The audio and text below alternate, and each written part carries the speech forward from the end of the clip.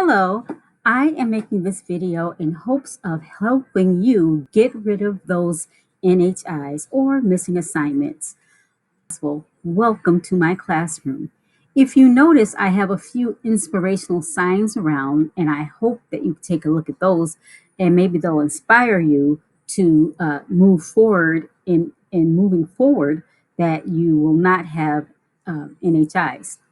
Notice the student on the left has a lot of piled up homework, and the student on the right does not. And we're trying to get you to be like the student on the right.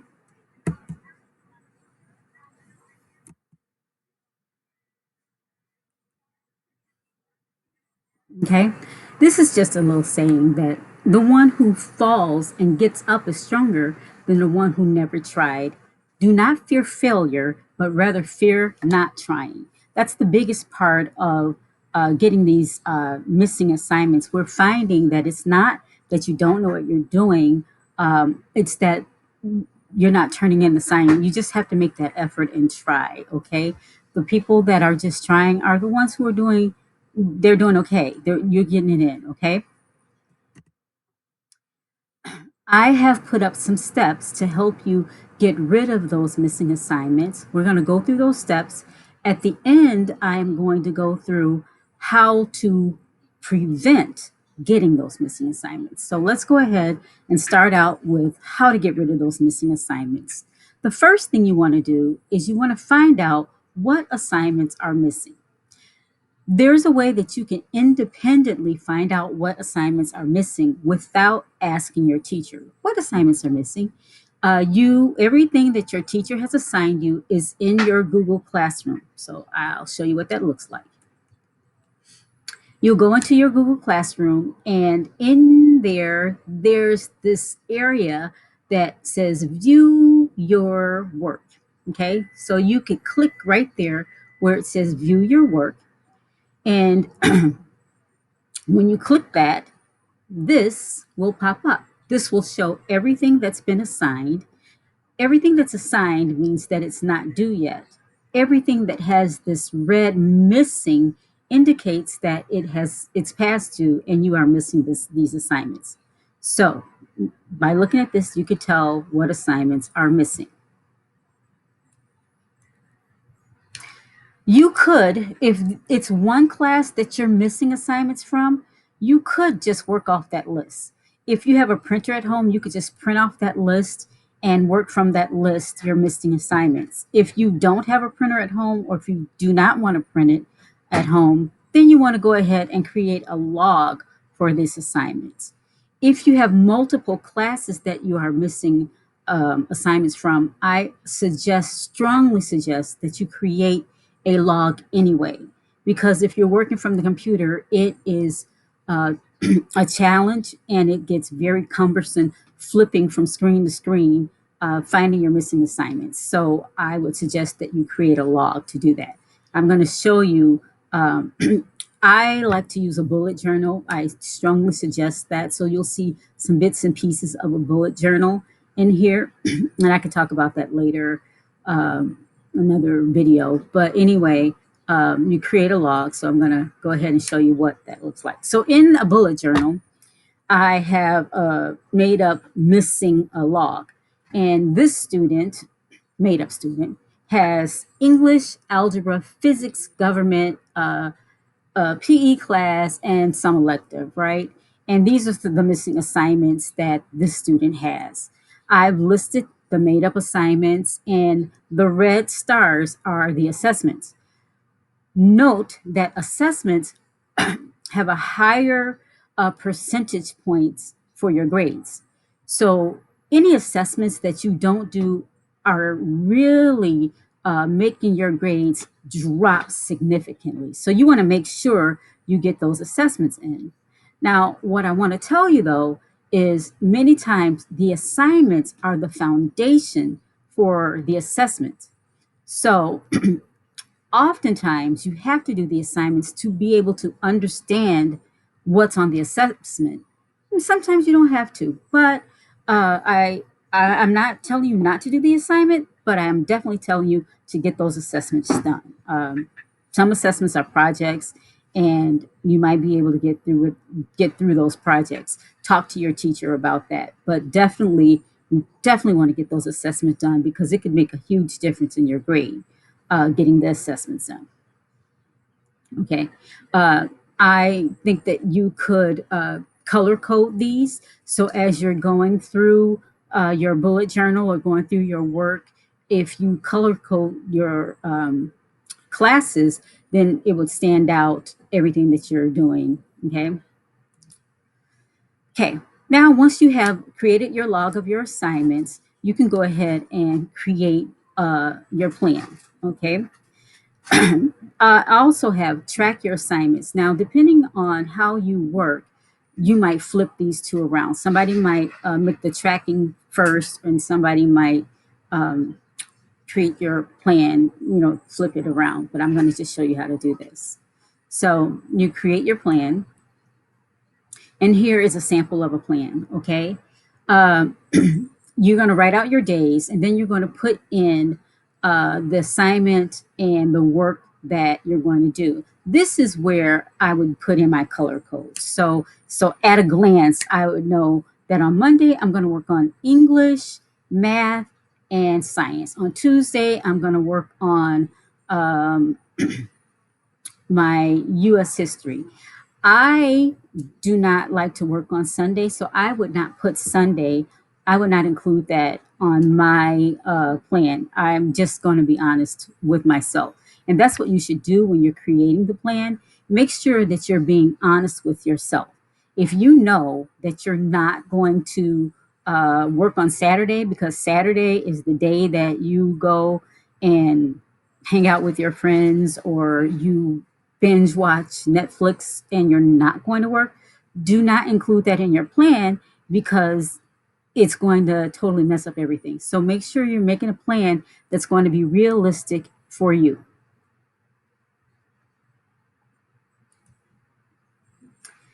Once you've created your plan, you need something to hold you accountable to go back and say, I've created this plan. Now, am I following this plan? Okay. So you create something to track your progress. This is if you're doing it independently. Now, normally, you have like a teacher or a parent going over your shoulder saying, hey, did you do that? Did you do that?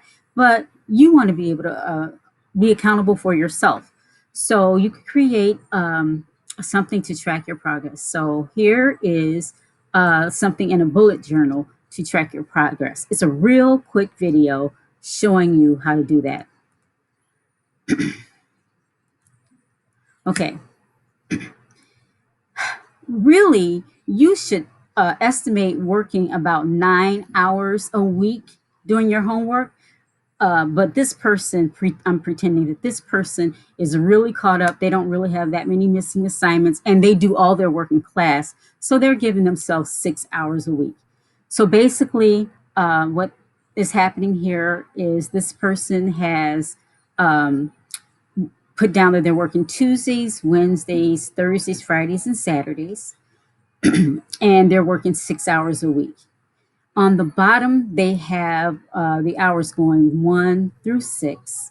And then they have that color code that matches that other page. Okay.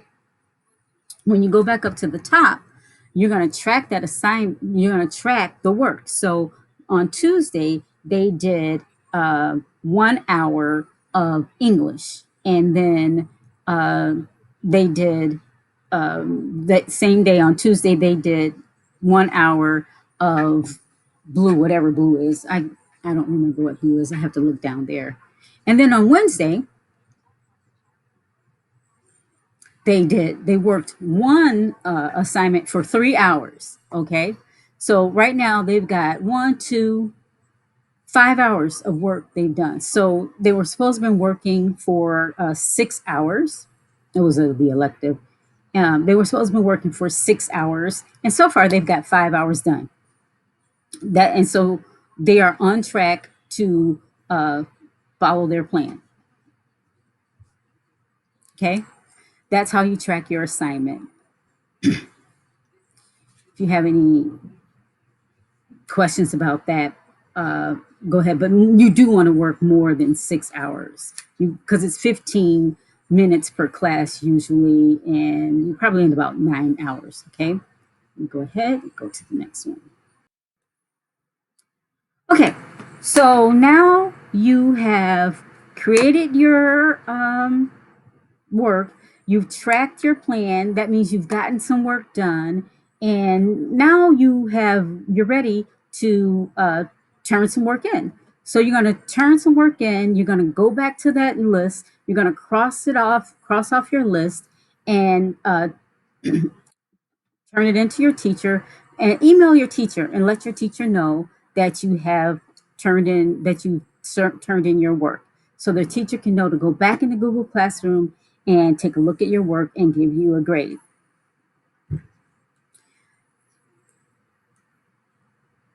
Now, what I just talked about is you working independently, trying to catch up your missing assignments. You could also take that work that I just gave you and pair that with working with the teacher during teacher office hours. When you work with a teacher during teacher office hours, sometimes you are working with a teacher who is in class with you, so they know exactly what assignments are missing. And sometimes you are working with a teacher who is not in class with you, so they don't know what assignments are missing. So it's important that you come prepared to meet with this teacher and let this teacher know exactly what it is you need help with. Coming and saying, I need help, I don't know what it is I need, um, the teacher can't help you because they don't know. So you want to be able to come and have some questions. You could use that journal that I was talking about to jot down some questions and be able to ask those questions. For example, you could be able to say, well, I understand that we're solving for the variable of x, and that we have to add a 6 to every side to get rid of that, but I'm not sure how to get rid of this fraction in this problem. Or I know I have to make a paragraph for this, but I just don't know how to come up with a thesis statement in the beginning. Or you could say, I'm not sure how to analyze the first quadrant of this sonnet, and could you help me with that? So you want to be sure that you have a specific question to help with the teacher. You know why that's important is you don't want to waste your time by a teacher trying to help you with something you already know. So you want to be prepared. So set up just like an office and say, this is something that I need help with, so that the time that you're spending with the teacher can be valuable time. Okay. Finally, we finally caught up with everything. And now I want to tell you about winning at remote learning. Let me mention this. While you are trying to catch up with your back work, you don't want to get behind with the current work. Most of the teachers give you an opportunity to complete your work while you're in class. So you want to do that while you're in class and then work on your behind work when you're out of class. So here are the things that you can do to win at remote learning. Set up a specific space that designated for you to be at school. So you can know that this area is where I start for school. Also, you can have individual notebooks and folders, just like you would when you go to school. And so you pull out your math for your math notes, and you want to make sure you have folders, because sometimes you'll be printing things out and putting it into the folders. If you're not printing anything out, then maybe you don't need a folder, but you want to have individual notebooks so that you can take notes, and you want to take notes for these classes. You want to be an active listener. What is an active listener? That means that you are writing your notes down, you're asking questions, you are answering questions, you are participating in the conversation that's going on in class. You are there so the teacher is not there to like entertain you, and you're not there like watching a movie. You're there to learn And the only way that you can get something out of the class is what you put in the class. So if you're sitting there just waiting for the class to end, you're not going to get much out of it. So you got to make sure that you're putting something in. If you're a person that is, I'm a person that I need something to do. So I can't just sit and listen to somebody. I have to be doing something. So when I was in school, I would have to take notes. I would take notes, or sometimes I would doodle. If it's a class that's like an English class, sometimes you could draw pictures to interpret what's being said, or something. And that will help you be engaged in the class. The next thing is you want to follow directions. In grade school, they say follow directions quickly. That means when the teacher says, we are going to go to Google Classroom, open up this assignment and do this now. That's what you do. Go to Google Classroom, open up the assignment and begin to do it now. Don't wait, do it right away. That way, most of the time, you will not have to do any homework. Another thing I've noticed is many of the teachers will give you notes in class, and those notes can be used for an assessment. If you don't do the notes, then you're missing out on getting a good grade on an assessment because you failed to do the notes when the teacher said, open the assignment or take out your pen, and I'm going to have you write these notes down. So go ahead, follow directions, but follow directions quickly. Um, and that'll be a success. If you should finish early and you have missing work, start doing some of your missing work in class. The next thing is when you do your work, make sure that you're turning it in. Don't do part of it, or don't do that work and forget to turn it in. Make sure that you're turning it in. Also, last thing, not on here, but make sure if you have any questions at all. The thing about the remote learning, it's a challenge. It's a challenge for everybody. For people who are kind of shy and don't like to ask questions, this is a really good environment for them because there's that little chat window where you can ask your teacher a question without anybody else knowing what's going on. You could put it in there and the teacher can answer the question to the whole class, and they have no idea who asked the question. So please use that chat window to clarify anything that you don't understand. The other thing about this remote learning environment is if the class ends, you could stay around and talk to the teacher and just get some clarification. So you can really use this remote learning environment to learn and get your work done. The teachers have office hours. So you do have to put yourself out there and make that effort to pass, but it really doesn't take that much. It really doesn't take that much. Hope you have learned something from this video, and keep up the good work.